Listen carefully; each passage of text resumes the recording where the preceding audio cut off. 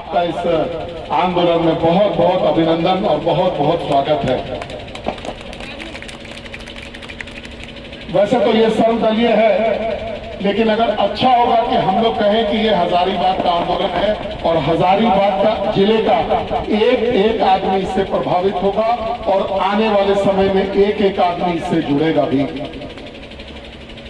गलती आप किसकी भी कह लीजिए कि योजना केंद्र सरकार की है, हम कहेंगे कि भाई राज्य सरकार ने जमीन का अधिग्रहण किया, गलती उसकी भी है, लेकिन ये सच्चाई है कि चाहे केंद्र की सरकार हो, राज्य की सरकार हो, लेकिन भोगना हजारीबाग जिले के लोगों को ही पड़ेगा। अगर हम लोग देखें एक अमूमन जो आज अखबारों के माध्यम से आया है और अगर नियम कानून का अवलोकन करें तो 20 किलोमीटर के दायरे के लोगों को लगभग 3,000 रुपया सालाना इस पर जो है छोटे गाड़ी पर टैक्स देना पड़ेगा। क्या ये उचित है? अब अगर आप ऐसे समझना चाहें तो यहाँ से बगल में नगवा है, या कहें कि ये जो घर आप देख रहे हैं जो शिवराज फैमिली होटल लिखा हुआ है, वहां से अगर किसी आदमी को गुजर करके इस घर में जाना हो टोल प्लाजा के बगल में, तो उसको भी 275 रुपया प्रति माह का दर से देना पड़ेगा। क्या ये उचित है?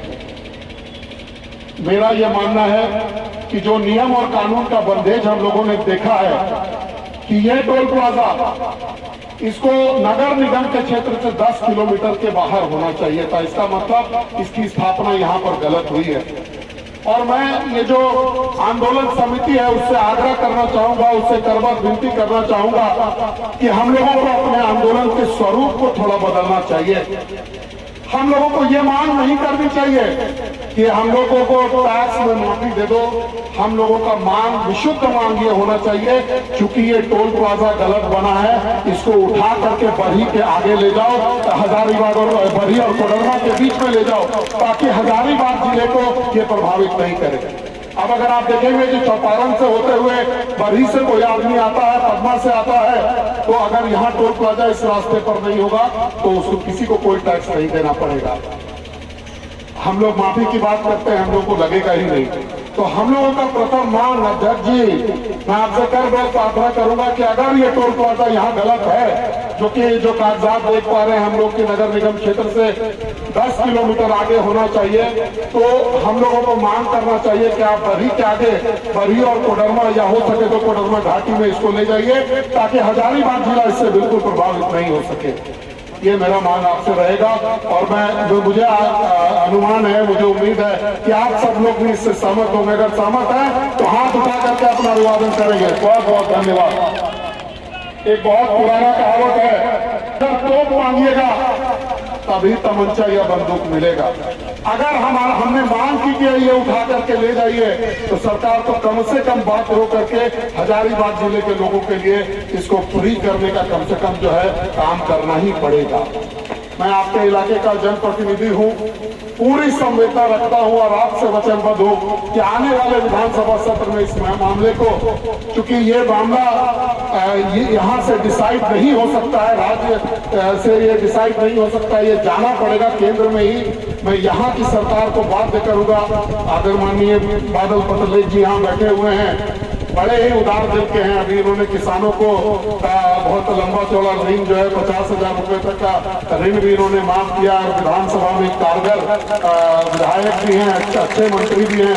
आप देख पा रहे होंगे कि अभिनव छत्रनागपुर का दौरा ये पूरी तरह से बहुत तेजी से कर रहे हैं। तो तमाम किसान भाइयों की ओर से, हालांकि इनका वादा था कि 3 लाख करेंगे, मुझे उम्मीद है कि आगे भी 50,000 तक जो इन्होंने ऋण माफी किया है, इसका इनको बहुत बहुत बधाई देता हूं। और आपको याद दिलाता हूं माननीय मंत्री जी कि आपका कमिटमेंट था, आपका घोषणा था कि 3 लाख आप माफ करेंगे, तो उम्मीद है कि आप 3 लाख तक की ऋण माफी करने का भी काम करेंगे। तो मैं माननीय बादल पत्रलेख जी से भी आग्रह करूंगा कि हम लोग का समर्थन करें और हम लोग अपने सांसदों को, झारखंड में जितने भी सांसद हैं उनको भी जगाएंगे और उनसे भी बात करके इस मामले को दिल्ली तक ले जाएंगे और इसका निराकरण करेंगे। जरूरत है कि आप सबों का साथ बना रहे। अभी इस टोल प्लाजा का जो संचालन का दिन है, किस दिन ये शुरू होगा ये निर्धारित नहीं है, लेकिन जरूरी है कि हम लोग इस टोल प्लाजा को चालू नहीं होने दें जब तक कि हम लोगों का मांग पूरा नहीं हो जाता है। इसमें आपकी महती भूमिका होगी, आपकी बहुत बड़ी भूमिका होगी। और मैं आग्रह करूंगा कि समय समय पर इसी प्रकार से हम लोग मिलते रहे और अपनी आवाज को बुलंद करते रहे। इन्हीं बातों के साथ और इस विश्वास के साथ कि आपके इस आंदोलन में, आपकी इस भावना में मैं अग्रणी भूमिका निभाऊंगा। आपका और आयोजकों का बहुत बहुत धन्यवाद, बहुत बहुत आभार। भारत माता की जय।